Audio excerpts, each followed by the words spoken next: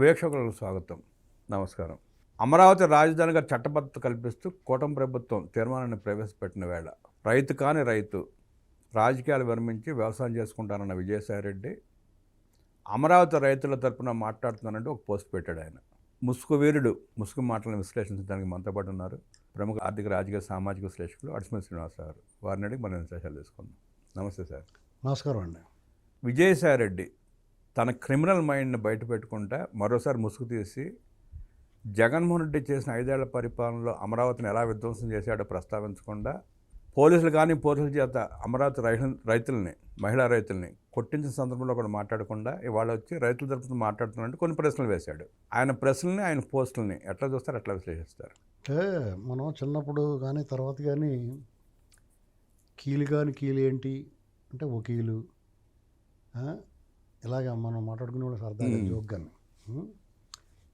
కీలు కాయ కాయ ఇలాంటి మాటలన్నీ మాట్లాడుకుంటూ ఉండేవాళ్ళం. అలాగే అతను రైతు ఇతను ఇలాంటి గుంట నక్కలు వీళ్ళని జకాల్స్ అని కూడా అంటారండి. జకాల్స్ వీళ్ళని అసలు నమ్మకూడదండి. ఎందుకంటే ఆంధ్రప్రదేశ్కి ఉమ్మడి రాష్ట్రంలో కానీ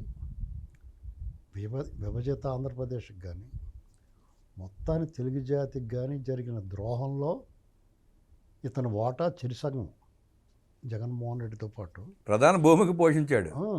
ఇక జగన్మోహన్ రెడ్డి జతలో ఉండి అతను చేసిన దోపిడీలో ఇతను ప్రధాన భాగస్వామి, సలహాదారు, మార్గదర్శి. అది మర్చిపోకూడదు మనం. అసలు ఆ కుటుంబానికే మార్గదర్శి దోపిడీలో. అయితే ఇంకోటి ముఖ్యంగా ఏంటంటే జగన్మోహన్ రెడ్డితో పాటు జైలుకి వెళ్ళాడు, సహనిందితుడు. ఇటీవల కాలంలో అతను వేషము మార్చను, భాషను మార్చను, అయినా మనిషి మారలేదని ఒక పాట ఉంది. ఇది ఖచ్చితంగా అతను క్యాప్ట్.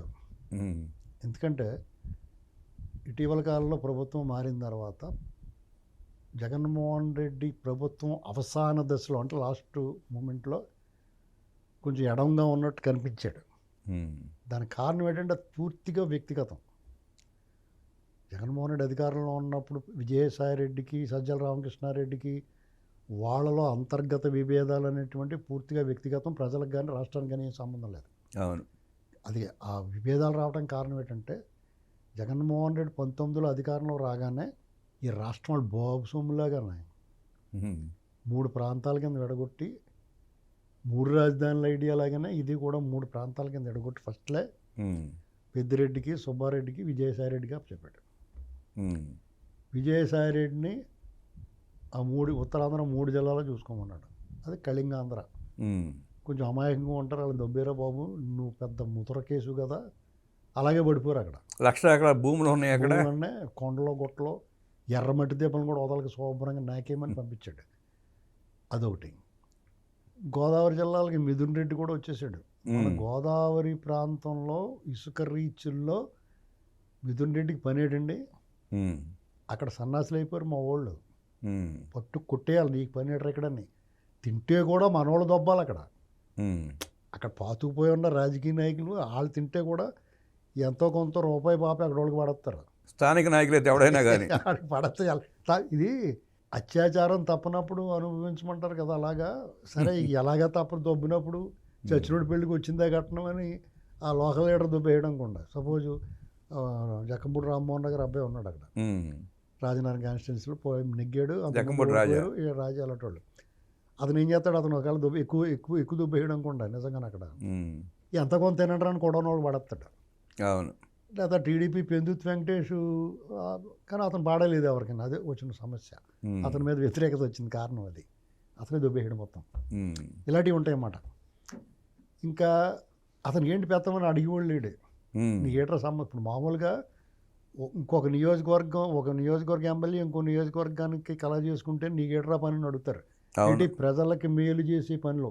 సపోజ్ మీదో నియోజకవర్గం అండి, మీ దాంట్లో ఒక కుటుంబానికో లేకపోతే ఒక కార్యకర్తకో లేకపోతే ఒక పౌరుడికి ఒక పని వస్తుంది. అతనికి వేరే నియోజకవర్గం ఎమ్మెల్యే సన్నిహితుడో, స్నేహితుడో, బంధువో లేకపోతే బాగా తెలిసినవాడో, పరిచయస్తుడో అయ్యి ఉండి ఓ మాట సాయం చేద్దామంటే మళ్ళీ ఈ ఎమ్మెల్యేకి నొప్పి వస్తుంది. అలాంటిది ఆడెవడో అక్కడి నుంచి వచ్చి దొబ్బేస్తానంటే ఎలా ఒప్పుకుంటారు వీళ్ళు? అవును. అది వాళ్ళకి అలుసుగా మారింది. అలా పనిచేసాడు అంతే. ఉమ్. విజయసాయి రెడ్డి ఏం చేశాడు, వైజాగ్లో శుభ్రంగా జగన్మోహన్ రెడ్డికి మేకేసి మొత్తం అంతా అప్పచెప్పడమే కాకుండా తను కూడా కొన్ని మూటలు పక్కన పెట్టుకున్నాడు. భూములు, గట్టిగానే. ఆ భూములు గీములు కొట్టేసి రోడ్డు గడ్డంగా గోడలు కట్టేసి అక్కడ రుషికొండ పక్కనే పెద్ద గోడ కట్టించేసాడు. సముద్రం ఒడ్డు దాకా. సముద్రం ఒడ్డు దాకా లాగేద్దామని. ఇవన్నీ చేసి చేసి చేసి జగన్మోహన్ రెడ్డి సహజంగానే తెలుస్తుంది. జగన్మోహన్ రెడ్డి బుద్ధి ఎలా ఉంటుందంటే అది మహాభయంకరమైన వక్ర బుద్ధి. తన కూడా ఉన్నవాడు, తనతో పాటు జైలు శిక్ష అనుభవించిన వాడు, తనతో పాటు సహనిందితుడైతే కూడా వాడు తినకూడదు ఏమని. మొత్తం అంతా తనకే. ఇప్పుడు ఆ దొంగల ముఠాలో వాడు ప్రతి దొంగతనం తనకే తెచ్చిపెట్టాలి. ఇప్పుడు ముష్టి మాఫియా ఉంటుంది. ఇప్పుడు సిగ్నల్ కార్డు అడుక్కున్న వాళ్ళందరికీ ఒక మాఫియా, వాళ్ళకి ఒక లీడర్ ఉంటాడు. వాళ్ళు అడుక్కున్న ప్రతి రూపాయి అడిగే ఇచ్చేయాలి. వాళ్ళు ఏమో 10 రూపాయలు పక్కన పెట్టుకుంటే మొత్తం జేబులన్నీ తనిఖీ చేసి అని కొట్టేసి తిట్టేసి లాగేసుకుంటారు.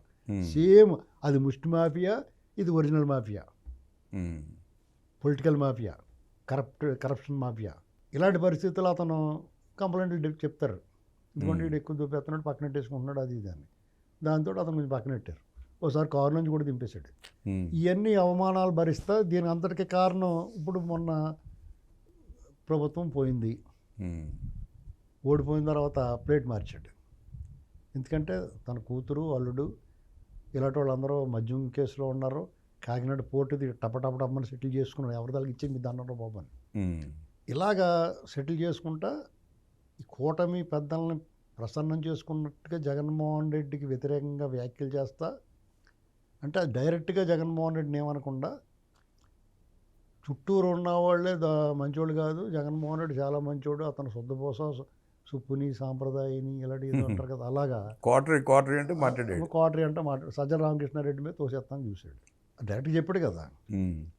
ఈ మద్యం స్కామ్ విషయంలో లోపలికి వెళ్ళి ఒకటి చెప్పాడు, ఎందుకంటే నన్ను వదిలేస్తే మీకు అన్నీ చెప్పేస్తా అన్నాడు. అక్కడ కూడా జగన్మోహన్ రెడ్డి పేరు ఎంత కూడా చెప్పలేదు అతను.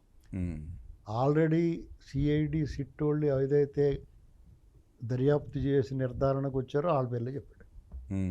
ఎలా చేశారో అతను చెప్పకపోతే కూడా వీళ్ళు దర్యాప్తు చేసి తెలుసుకుంటారు, అదే చెప్పాడు. అంతే అండి. తర్వాత నేను ఇవన్నీ మానేస్తున్నాను, వ్యవసాయం చేసుకుంటాను అన్నాడు.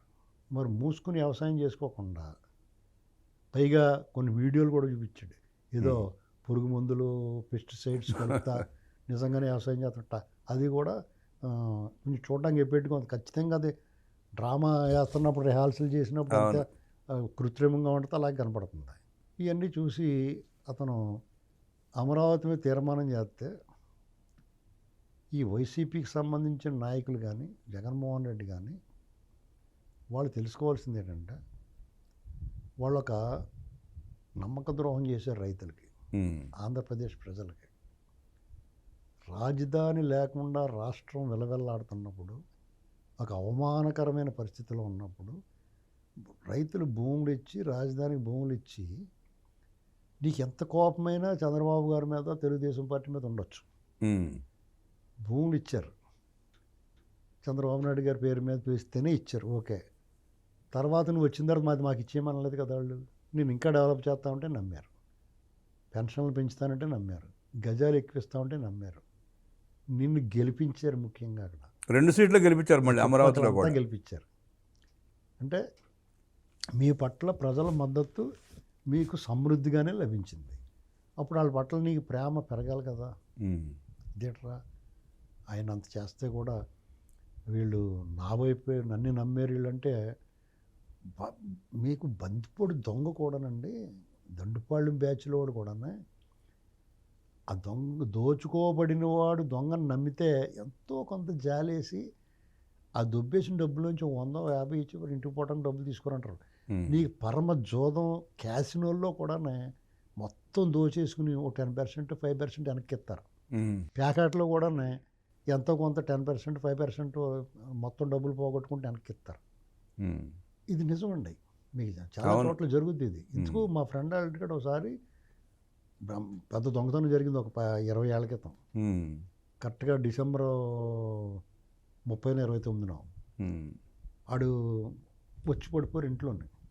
ఆడు మంచినీళ్ళు దాతానికి వచ్చినాడు, ఎదురుకుండా వంటగదిలో దొంగడు కనపడ్డాడు, రాడ్ ఇచ్చుకుని. వాళ్ళ చువ్వలు ఎలా ఉంటాయి, పాతకాలం కిటికీలమ్మట ఇప్పుడు మెష్ కాకుండా చువ్వల కింద ఉంటుంది దాన్ని ఇలా అవును. వంచేసుకు వచ్చేసారు లోపలికి. వచ్చేస్తే ఇతను మంచినీళ్ళు తాగడానికి వచ్చేటప్పటికి ఎదురుగుండా ఉన్నారు. వాళ్ళు కొట్టేస్తుంటే కొట్టకుండా బాబు మీకు ఏం కావాలో ఇచ్చేస్తాను గొడవ లేకుండా. సరే అని చెప్పేసి అన్నీ ఇచ్చేయండి అన్నారు. అన్నీ తీసుకెళ్ళి మొత్తం ఇంట్లో అన్నీ ఇచ్చేయడం అంత ఓపెన్గానే. వాళ్ళు వెళ్ళిపోతానే అంట్లో భోజనం ఫ్రిడ్జ్లో గట్ట ఏమన్నాయి పళ్ళు గిళ్ళు ఫుడ్ ఏమంటే అది వేడి చేసి తినేసి వెళ్ళిపోతా ఆ ఫ్రిడ్జ్ మీద ఒక కళ్ళజోడు వాచి ఉంది. అతను మా వాడి రేబాన్ కళ్ళజోడును ఒక మంచి వాచి ఉంది. ఆ రెండు కూడా తీసేసుకుంటున్నారు వాళ్ళు.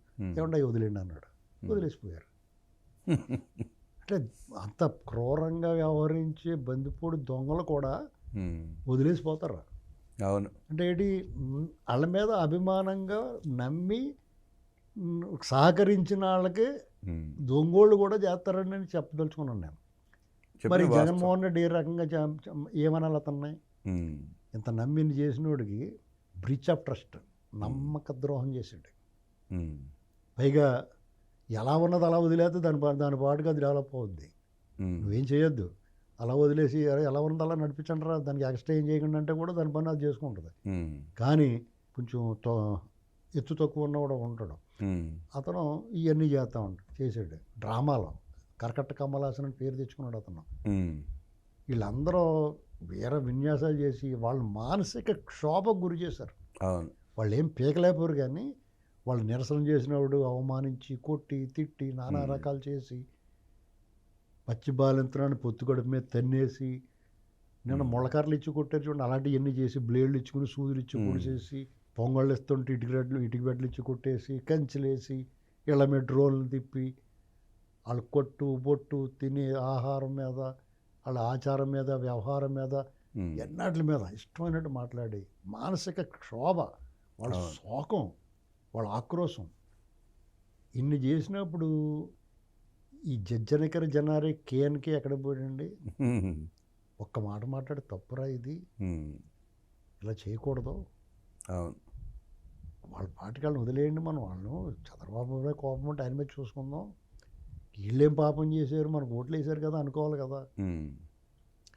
అయాల నోరు పెగలని మనిషి ఇవాళ రైతుల తరపున ప్రశ్న లేదు, ముఖం పగలగొట్టాలండి. మీరు అన్నట్టు నిజంగా మొహం పగలగొట్టాలి. ఎందుకంటే ఎవడరా నువ్వు, ఎక్కడ రైతురా నువ్వు, ఎవరి గురించి మాట్లాడుతున్నావురా నువ్వు అని పీడి మన లాగాలి. ఎందుకంటే నేను అలా అనకూడదు, కానీ నేను ఎందుకంటున్నానంటే అలా ముఖం పగలగొట్టకపోతే ప్రతి ఓడి ఇలా వేషం మార్చేసి ఇతను డ్రామా ఏడు చెప్పమంటారా? ఇలాగా కూటమికి అనుకూలంగా మాట్లాడినట్టు జగన్తో దూరమైనట్టు యాక్ట్ చేసి మళ్ళా కూటమి పార్టీల్లో దాంట్లో దూరేసి, అంటే టీడీపీ కూడా రానివ్వరు, ఒకవేళ వాళ్ళు ఏమైనా మెత్తబడినా కానీ కేడర్ అంతా తిరగబడిపోతారు. ఎందుకంటే అతను అత్యంత జుగుప్సాకరమైన ట్వీట్లు చేసేవాడు. ఆ అకౌంట్ నాది కాదు, ఎవడ నీ మనిషిని నువ్వు కాకుండా ఎవడ మెయింటైన్ చేస్తాడో దాన్ని రొంక్ అంటారు. అకౌంట్లు కూడా అంతే, ఫేస్బుక్ అకౌంట్ అయినా ట్విట్టర్ సోషల్ సామాజిక మాధ్యమాలను నీ పేరుతో నడిచే వాటిని వేరే వాళ్ళు మెయింటైన్ చేస్తామంటే ఇక నువ్వు వేరే రకంగా కూడా పోద్ది. అవును, నీది నువ్వు మెయింటైన్ చేయకుండా ఎవడో మెయింటైన్ చేయడం సన్నాసి అని అడుగుతారు. నువ్వేమన్నా కేఎన్కేవా అని అడుగుతారు, లేదా అత్తర సాయిబో అన్న పాటలో వాళ్ళగా చూస్తారు. ఇలాగా వెళ్ళిపోయి జనసేన వాళ్ళు చేర్చుకోరు. ఇంకెవరున్నారో బీజేపీలో దూరేద్దాం అనుకోండి. ఎందుకంటే బీజేపీలో బాత్రూమ్ కడిగిన అనుభవం ఉంది అతనికి వాళ్ళ ఆఫీసులో గతంలో 5 ఏళ్లలో. ఎందుకంటే మామూలుగా ఎంటర్ అవనివ్వరు. ఇప్పుడు ఎయిర్పోర్ట్లో గట్టాన్ని స్మగ్లర్లో లేకపోతే ఈ తప్పుడు పనులు చేసి కూడా ఏం చేస్తారో బాత్రూంలోకి వెళ్ళి డ్రెస్సులు గట్ట మార్చుకుని ఇవన్నీ చేస్తూ ఉంటారు. అలాగే అతను ఆ క్లీనింగ్ నేపథ్యంతో అక్కడ పోయి వాళ్ళు ఎవరన్నా బాత్రూమ్కి వచ్చినప్పుడు వాళ్ళతో మాట్లాడిపోయాడు. అలా పరిచయం పెంచేసుకుని వాళ్ళ దగ్గరికి వెళ్ళి 14-19 మధ్య కూటమి మధ్య చిచ్చు పెట్టాడు. అవును, మళ్ళీ అలాంటి చిచ్చు పెట్టడానికి వేసాడు స్కెచ్. ఇదొక ఎత్తు, ఏదో దురందర్లా ఉన్నాడు. నువ్వు పాకిస్తాన్లో ఏజెంట్గా పనిచేసినాడు దురందర్ అయితే నువ్వు దరిద్రం, నువ్వు దరిద్రధర నువ్వు ఏంటండి అంత అతను కనిపెట్టలేరా నీ సంగతే? వీళ్ళు ఏమైనా అమాయకులా తింగిరోళ్ళ? వాళ్ళంటే నువ్వేం పీకుతావులే అని నిర్లక్ష్యం. ఇవాళ చాలా అప్రమత్తంగా ఉన్నారు. చూడండి ఐఏఎస్లో ఓవర్ యాక్షన్ చేశారు, టికెట్ వేసారు. మిగతా వాళ్ళు కూడా మేము తప్పించుకున్నాం అనుకున్నాను, వాళ్ళ రికార్డులు కూడా ఉన్నాయి. ఎవడన్నా దాన్ని తొక్కిపెట్టినా మాలాంటి వాళ్ళని తీసి వాళ్ళకి దగ్గర పంపిస్తాం. ఎవరిని విడిచిపెట్టి డ్యాగ కళ్ళు. మీకు కృష్ణ గారి సినిమా అంతం కాదు ఆరంభం వచ్చింది, అంతంగా ఎదారమ్మా. అవును. నాది డ్యాగ కళ్ళు బే ఈ బేగ్వి అంటాడు ఒకడు. అందులో మా అందరి డ్యాగ కళ్ళు. ఎక్కడ ఏమున్నా, ఎవడు ఏ చేష్టలు చేస్తున్నా, ఎవడు ఏం ఓవర్ యాక్షన్ చేస్తున్నా. ఇప్పుడు తూర్పుగోదావరి జిల్లా ఉంది, కోనసీమలో వైసీపీలో ఉన్న పాత ఎంపీ ఒకడు ఇసుక వ్యాపారం ఆడ అవ నడుతుంది ఇప్పుడు. ఇంకానే మాజీ ఎంపీది. ఇవాళ రేపు ఆ బొమ్మ బయట పెడతాం, తీసుకెళ్తాం పెద్దవాళ్ళ దగ్గరికి. ఆడు నోటికి తాళం వేస్తాం, ఈ ఇసుక తింటాం ఆపుతాం. కాబట్టి విజయసాయిరెడ్డి, నువ్వు దొంగోడుగా ఉండాలంటే దొంగోడుగా ఉండు. మారిన దొంగగా ఉంటే పశ్చాత్తాపంతో ఇంట్లో కూర్చో. నీ వ్యవసాయం అన్నా కాబట్టి ఖచ్చితంగా వ్యవసాయమే చెయ్యి. ఇలా వ్యవసాయం చేస్తాను, మారిన మనిషిని, నేను మారిపోయాను అంటే ఫస్ట్ నువ్వు జగన్మోహన్ రెడ్డిని ఈడంత నీచుడు లేడని మాట్లాడు ఫస్ట్ మాట. వాళ్ళ చెల్లి మాట్లాడుతుంది చూడు, అందుకని ఆవిడ మేము నమ్ముతాం. మేము నమ్మాలంటే షర్మిల గారు పర్ఫెక్ట్గా జగన్కి ప్రత్యర్థిగా ఉన్న మనిషిని మేము నమ్మాలంటే ఆవిడ నిజమైన పోరాటం చేయాలి. ఆవిడ చెల్లిలో అక్క సునీతారెడ్డి గారు ఎలాగైతే పోరాటం చేస్తున్నా అలా చేయి. ఎందుకంటే ఇంటి గుట్టు లంకకి చేయటం అన్నట్టుగా జగన్మోహన్ రెడ్డి గుట్టుముట్లన్నీ తెలిసినవాడు.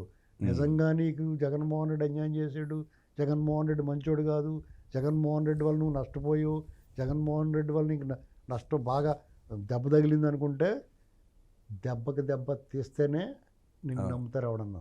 అంతేగాని నువ్వు నక్క వినయాలు జాకాల్ వేషాలు వేస్తే ఇక్కడ ఎవడ తింగిరోళ్ళు లేరు.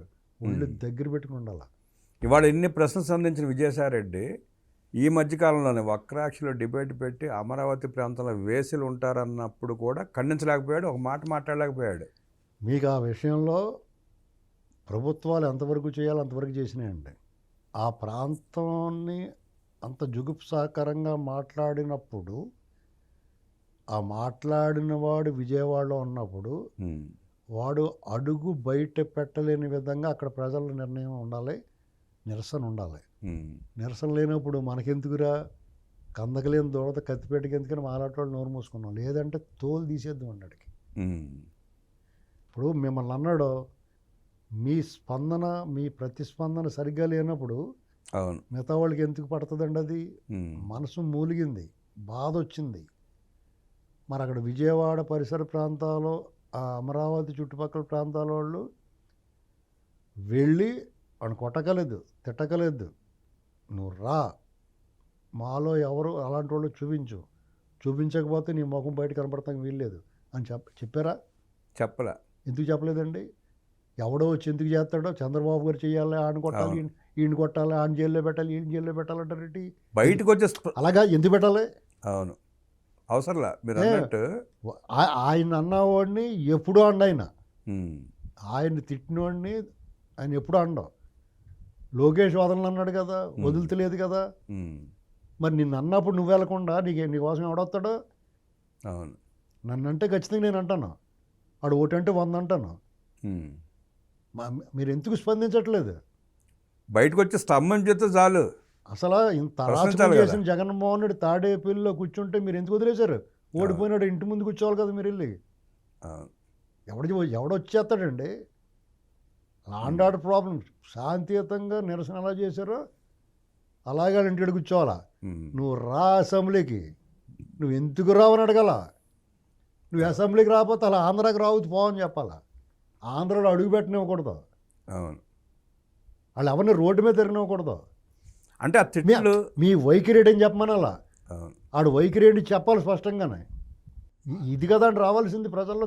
ఇప్పుడు తెలంగాణ ఉద్యమం జరిగిందండి, జై తెలంగాణ అనలేదనుకోండి, అన్నవాడు మన్నేడా ఇక్కడ అనేవరకు నిలబెట్టారు వాళ్ళు, అనేవరకు నిలదీశారు. చైతన్యం లేనంత వరకు కూడా మూసుకుని ఎవడేమంటే పడి ఉండాలి, అంతే సింపుల్. చైతన్యం మనలో కూడా ఉండాలా.